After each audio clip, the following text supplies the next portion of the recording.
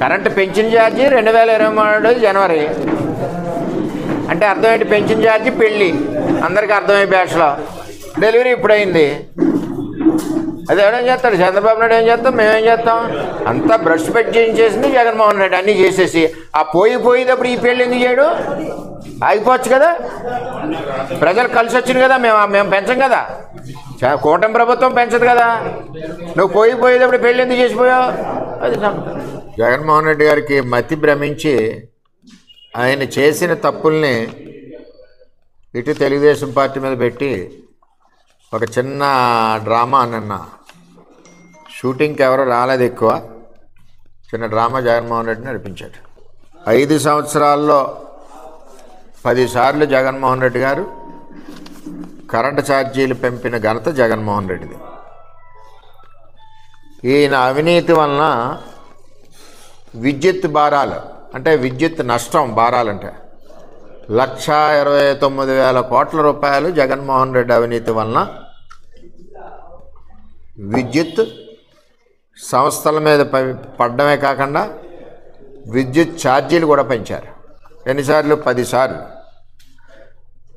పెంచిన భారం ఎంత? ఇందులో 32,166 కోట్ల రూపాయలు విద్యుత్ ఛార్జీలు పెంచాడు జగన్మోహన్ రెడ్డి. మాట్లాడి ఏమనాలి, మొద్దులుగా అందరికీ కూడా ఇది ఒక సమాధానం.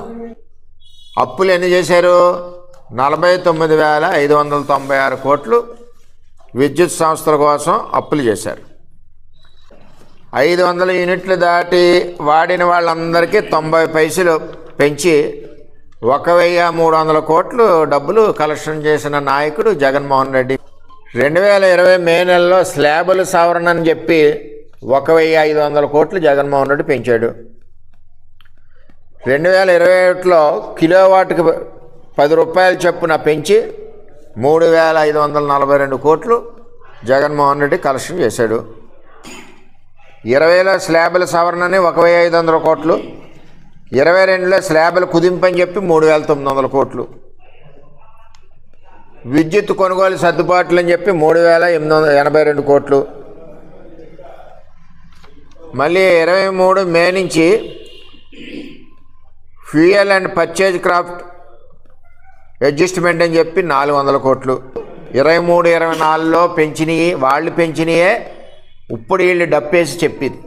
ఇవన్నీ విద్యుత్ సంస్థలనే కుప్పకూల్చిన నాయకుడు ఎవరంటే జగన్మోహన్ రెడ్డి. మరి నిన్న అక్కయ్య గారు మాట్లాడుతున్నారు, గీతక్కయ్య గారు.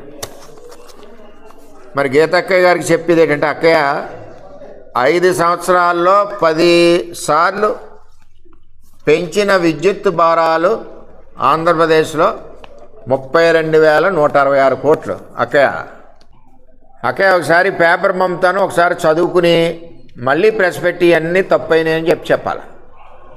అప్పుడే మీరు నిజమైన నాయకురాలు అవుతారు. అక్కయ్య మీరు అన్నీ తెలుసుకోవాలి. సో మరి స్లాబ్లో సోలార్ విద్యుత్ అన్నారు, విద్యుత్ పెట్టుకుంటారా? మీరు కూడా పెట్టుకోండి, ఇస్తాం.